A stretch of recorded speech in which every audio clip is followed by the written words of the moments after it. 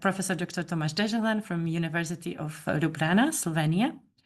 And Tomaž will share with us the presentation about the democratic participation in higher education sector. Just a few words about Tomaž. He is professor of political science at the University of Ljubljana. He is an expert in higher education policy, employability, and quality assurance in education. And he has collaborated with many governments and international organizations like Council of Europe, European Commission, European Parliament, or Organization for Security and Cooperation in Europe, to mention just a few examples. And we are very excited and happy to host him today and to learn from his experiences and his expertise. I would like to start with something everyone thinks of when student participation is mentioned, or at least in large parts of Europe. It means obviously student protests. Sometimes it means 68, Paris, and so on. And this is like a photo from New Yorker about student protests in 68 in Paris. So basically, we have all had our own Parises, you know, at least here in Slovenia, we had like in the 70s, and across Europe, I'm sure in your own countries, you had like this spurs of democratic innovation as well as like impetus, and it was usually frontlined by students. So this is what we want to talk about, not about students and their participation, but how students drive participation in democratic societies, period, right? So basically, we're talking about democracy. And obviously, it actually has its place in higher education as well, usually with like new innovative ideas, because obviously universities are places of innovation.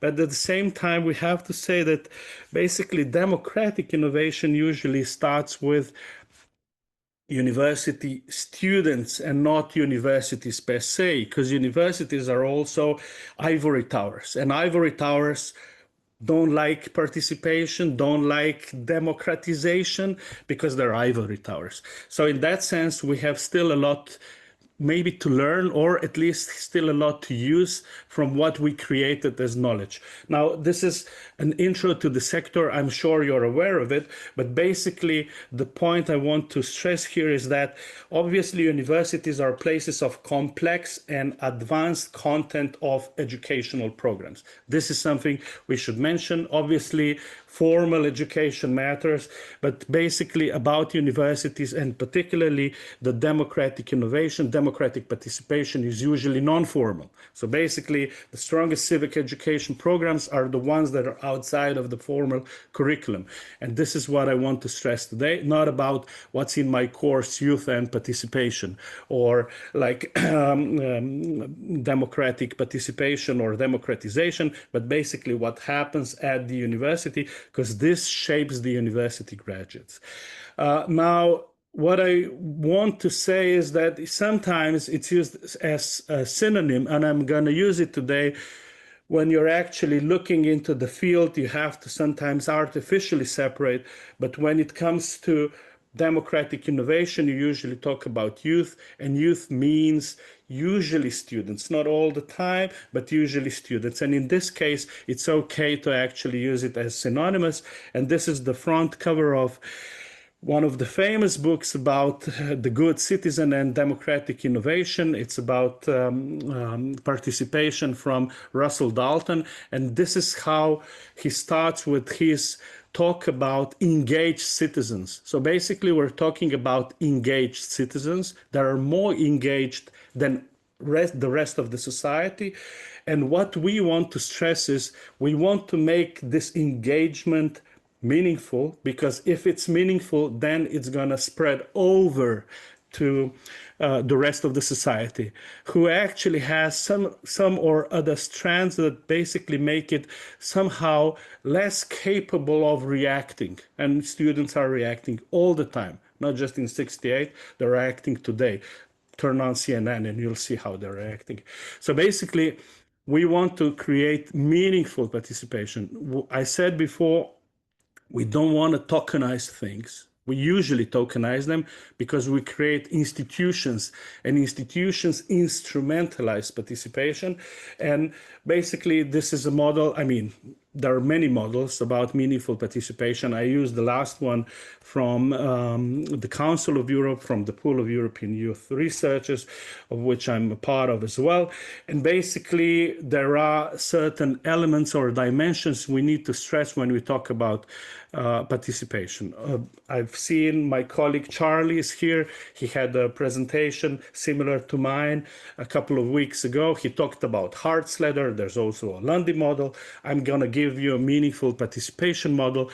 Most of the models are more or less the same, but they actually kind of make an accent in certain area. I'm going to make it in the area of meaningfulness. So basically, participation has to be meaningful, and this is actually something that secures the results, its effectiveness. And basically, these are the dimensions also identified by the Council of Europe or Youth Partnership researchers. And basically here we can clearly see that obviously there are like some let's say traditional elements, but there are also some elements that are really, really important.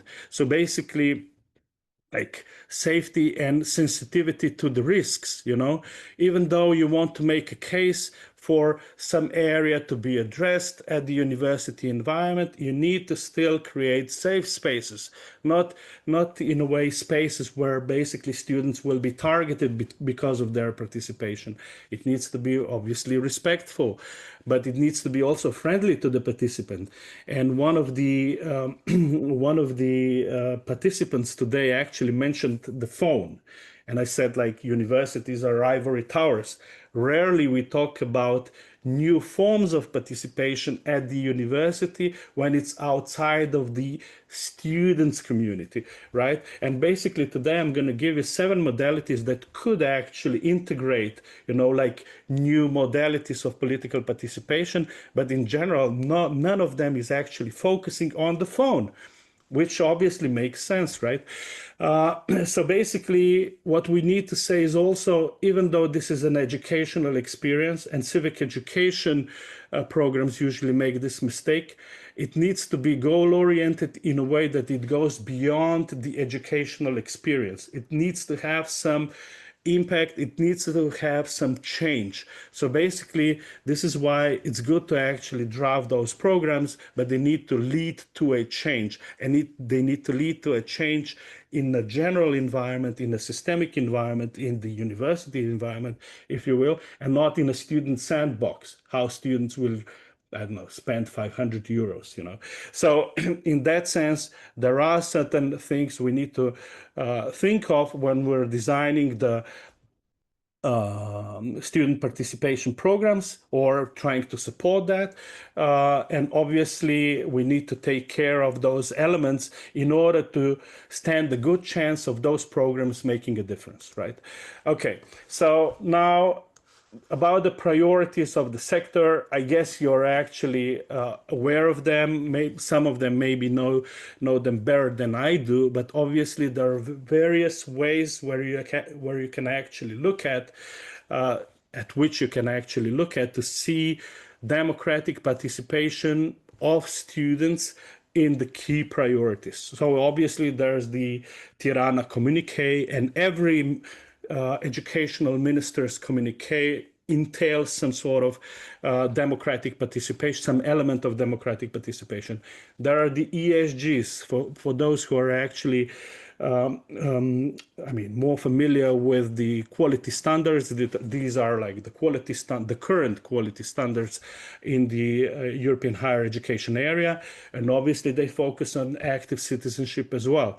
Then we have European strategy for universities, which clearly tackle the democratic practices and fundamental rights. And obviously we have the Erasmus Plus, we have the Erasmus Charter. You can see here that basically those are one of the key priorities also within those programs that you're very well aware of.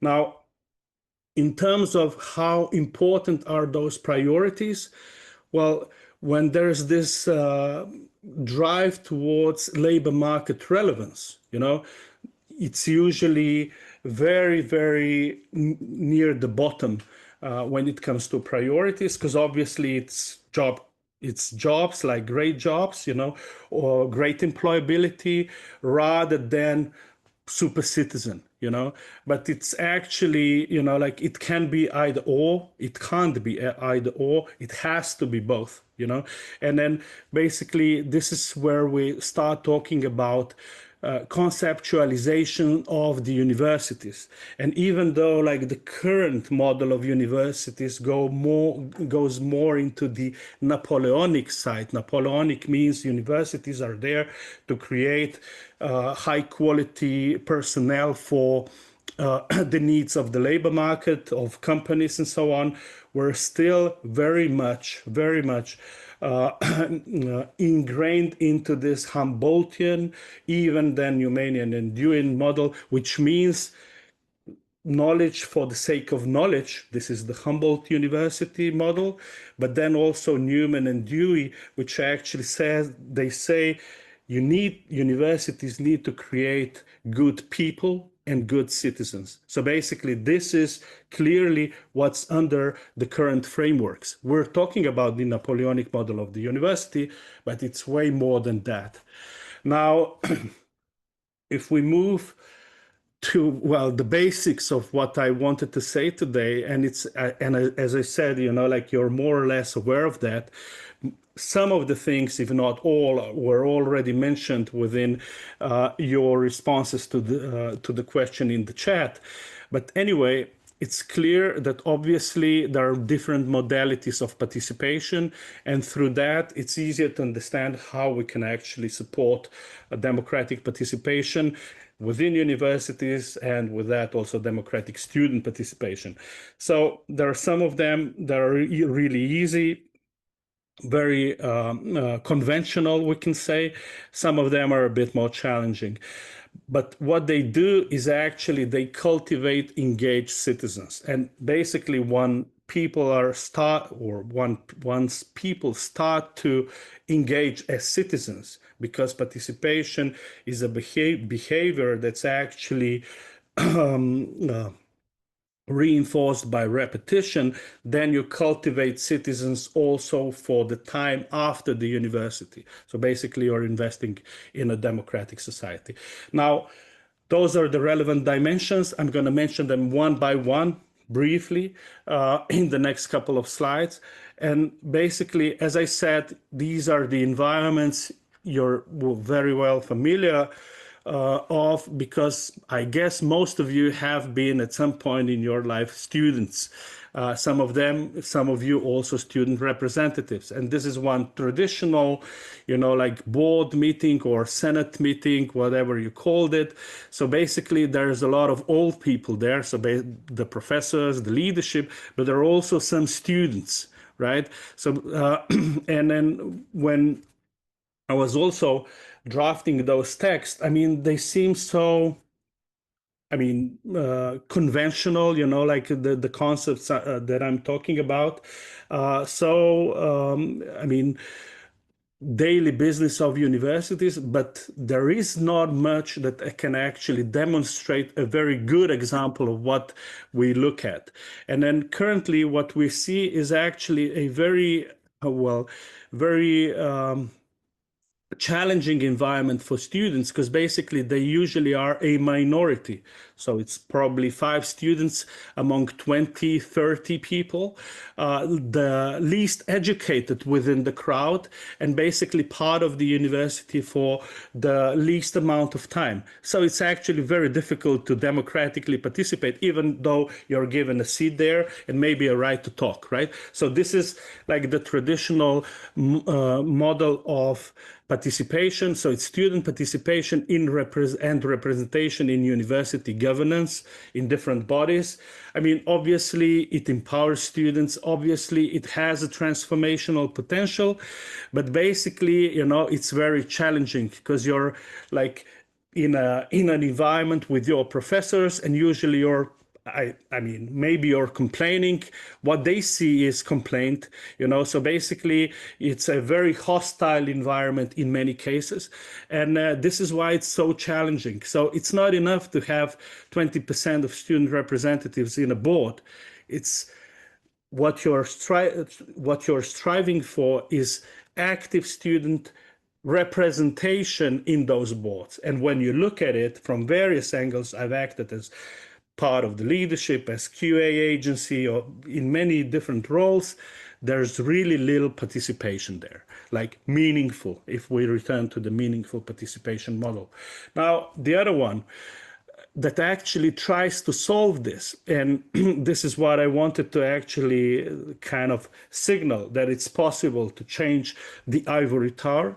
It's what you need to do is train students. You need to train students to become competent representatives. Not that they're incompetent, but in a way to level up their competence with their peers within those boards, because within those boards, there are university professors that have 20, 30 years careers in the institution and know basically everything. So they need to match them. And those are basically trainings for students. So basically you need to professionalize student representation. And there are some good examples out there, but through professionalization of student representation, you're actually creating the transformative model. So basically they at this point, they can act as representatives. Rarely universities still conduct such training programs that actually do create tough student representatives that you need to basically fight with at every session and then demonstrate what you're doing if you're part of the leadership in order to satisfy them. So basically, they're crucial for student leadership and advocacy, but at the same time, if you don't support like those representatives with a very structured training, not once in 4 years about something, structured to act as student representative within different boards, then you're not making a difference. So basically, then you're not creating this transformational potential or meaningful participation for them. Now, the third one is like the most traditional one, classes. Obviously, we can have different teaching and learning methods. The ESGs force to or push towards student-centered teaching and learning, but the traditional one is still this. So basically, you have democratic participation within the curriculum. This is important because it's the most traditional form of civic education within universities as part of the curriculum, where basically you have different elements of, well, like knowledge about democratic institutions, and where basically you're trying to instill civic virtues. What's important here is that it's not just relevant for humanities and social sciences, because this is what you get usually from, I don't know, natural sciences field, engineering. No, you can have like co-curricular programs within that, or you can integrate those topics also within, I don't know, like a computer engineering program, which would actually make sense, particularly today in the AI world. Now, this is actually something which goes a level up, I would say, and this is actually a form of participation in the curriculum creation. Now, Charlie was a spoiler before in the chat because he was the only one that mentioned it, but he's an insider. I've been a part of like an exercise at the BFUG, Bologna Follow-Up Group, that actually creates a material for the communique, also Tirana one. I've been part of like this co-creation of curriculum. There's not much of it, to be very honest. There's a lot of, like tokenization, a lot of instrumentalization, but there's actually not a lot of it. So basically, because it's tough, because it actually challenges the autonomy of the professor or of the faculty. And basically, it's crucial because this is where students get the ownership. It's actually how you design, develop, and evaluate the content, structure, and delivery of the educational program. What we usually do is evaluate the content through student satisfaction surveys, but it's not meaningful if it's not something that creates a change and is communicated back in order to gain ownership, right? So this is very important. Down at the bottom of each slide, we have different cases. There are a lot of cases about that. Obviously, we can talk about it more in the minutes after the case studies. But I mean, you have some examples where you can actually do a step forward, even though, as I said, these areas are frequently tokenized. This is the most traditional for non-institutional participation of students. This is actually something that goes back to the Paris 68. Today, it looks a lot like that and a lot of online engagement. It's actually student activism and student associational activities. It can be both, but I actually combined it because it's obviously student activism that is very frequently supported by student associations in different fields, in different forms, but sometimes you can do it or they can do it without associations because associations are underfunded, banned, or simply are actually tokenized again. And sometimes they're actually created in order to create a false acceptance of what the leadership is doing. In civil society, there's a lot of gongos, government-owned civil society organizations. There are also student associations that are leadership-owned. I mean, this is part of living in a non-democratic world. So in that sense, obviously, student activism can function on its own, but it's actually central to bringing broader societal changes. And if it was Paris 68 or Ljubljana 79, it can be Belgrade 2025. This is where it matters. And this is what students are doing. And this is what we're actually supporting if we're doing it through that area. Now, it's also participation in research. Obviously, students, there's also this action research, which I won't go into, but student participation in research is very relevant as well. Within quality assurance frameworks, you're actually covering that, but again, it's very instrumentalized. How many people engage into research projects of the faculty in a certain year? What's crucial here is that you're engaging more and more BA and MA students and not PhD students, because PhD is actually about research. And obviously you're engaging them into the inquiry of democracy and democratic participation. This is where the topic has to actually match the participation in order to be meaningful for the participation. Otherwise, it can be meaningful for some other professional competences or learning outcomes of a program.